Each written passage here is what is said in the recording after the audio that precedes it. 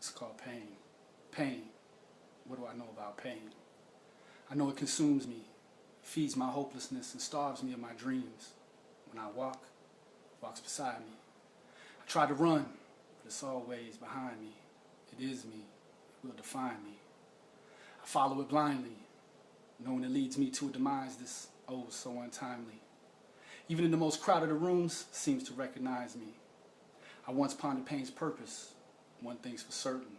If he was of the flesh, then I catch him where he's lurking. Then it's lights out, bedtime, closed curtains. For what or whom am I still searching? That thing that still eludes me, that one perfect person. And so one door closes to another one that opens, but locked behind that first door are the words we left unspoken. They haunt me. I look in the mirror and they taunt me. They say pain gives you character, so I guess it's etched in my flesh. Through my eyes you can see that I've witnessed the depths. So what's left? I guess take a breath and pray God keeps me from meeting that person whose life I fuck up next. What the hell did I just watch? Apparently this is Benny KEYZ poetry before he got into true crime. This is his channel. Do not come over with the "that's not him," because apparently in the description box, minions of Benjamin, whoever uploaded said video, put Benny KEYZ in the description. The description to the original video of him reciting this great poem will be in my description box. Now, it's pretty evident that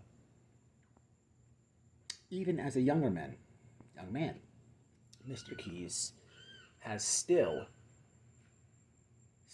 trying as a young man to, he's been trying for a long time to master his ghetto voice. We all know he suffers from many things, but identity crisis is top priority.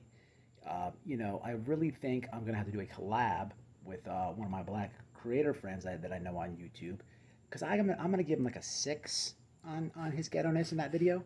I think actually his ghetto-ness when he in the younger days, he was actually better. I think he's lost a touch, if you will. But I'd have to get a good collab with one of my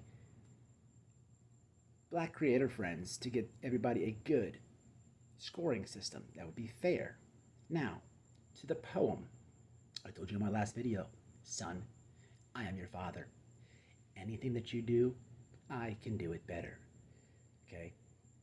Everybody knows you were infatuated with the raps and the rap music back in the day. They just used you because you could edit videos and you could fly a drone. They were just using you. Okay? So you had to resort to making poems. But I can do that too. This one's called Butt Sex by White Boy. Roses are red and violets are blue.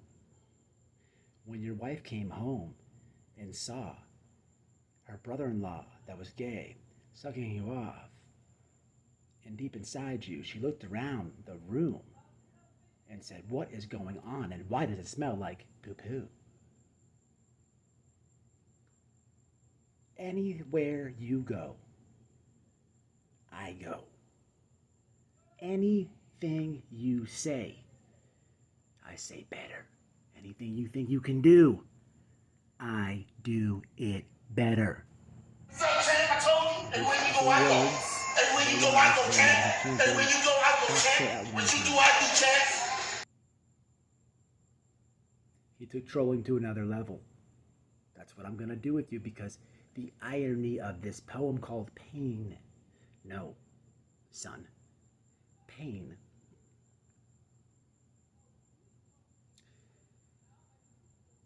is when someone types in Summer Wells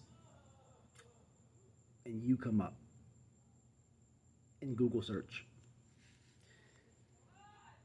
Pain is to her family, to her brothers. Pain is the Cash Gernon case that you got involved in, and everything that you did on that's pain. Pain is driving some women to almost a suicidal thoughts. That's pain. Pain is watching and hearing your poems. We all know, well, at least I have, and many people with a brain can understand that true crime to you is cash cow, is nothing but a dollar. Dollar, dollar, holla, holla. We all know this. But for your minions that sneak and peek and watch, hate watch, whatever, if you go to the description box and click the link to your master poet, you will see, if you go to the channels section, there's not one true crime channel, because Mr. KEYZ had a young man before his testicles had dropped. He was just infatuated with the raps music. He was watching all the raps. He didn't care about true crime. He wasn't making money off it yet. He didn't even care about it. It's very evident. What did we learn? We learned it is 2022. That poem video was made in 2008. Greater than 14 years, the coward has been on the internet. We learned that he used another alt sock account to comment on his own video.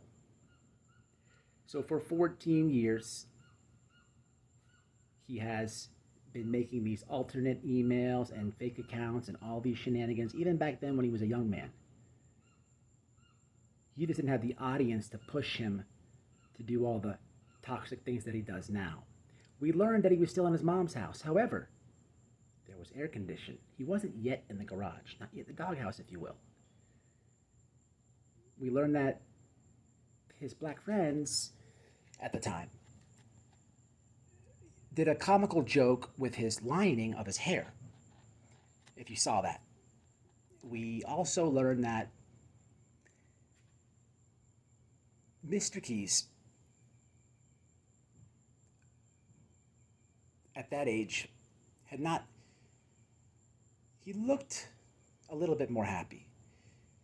It looks like, and he didn't have any audience, no subscribers on that channel, because his minions and subscribers were not pushing him to do stupid things, hurt so many people, put so many people through pain.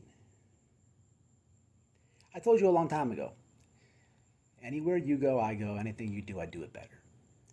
I think it's funny that people get to see you do a poem, your feminine side, because everybody knows, most do, they've already, with the brother-in-law, they've seen the feminine side, but they can hear it now. I hope you enjoyed my poem. 2008, still at mom's.